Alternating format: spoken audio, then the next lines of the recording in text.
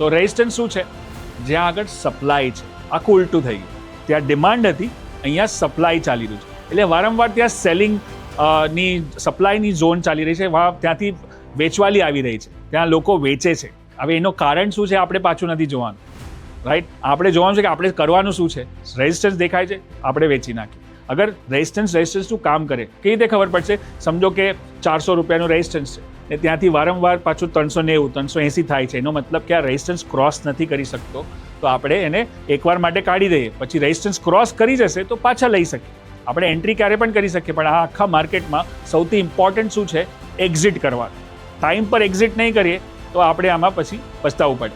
તો આપણે થોડા રેઝિસ્ટન્સના ચાર્ટ જોઈએ તો આપણને દેખાશે કે વારંવાર એકના એક રેઝિસ્ટન્સ જ કામ કરી રહ્યા છે, રાઈટ? તમે ત્યાં રેઝિસ્ટન્સ, પછી નવા રેઝિસ્ટન્સ બને જ્યારે નવા ભાવ બને, પણ અગર પહેલાનો ભાવ હોય તો પહેલાના જ ભાવ રેઝિસ્ટન્સમાં કરે 1, 2 ને 3 વાર.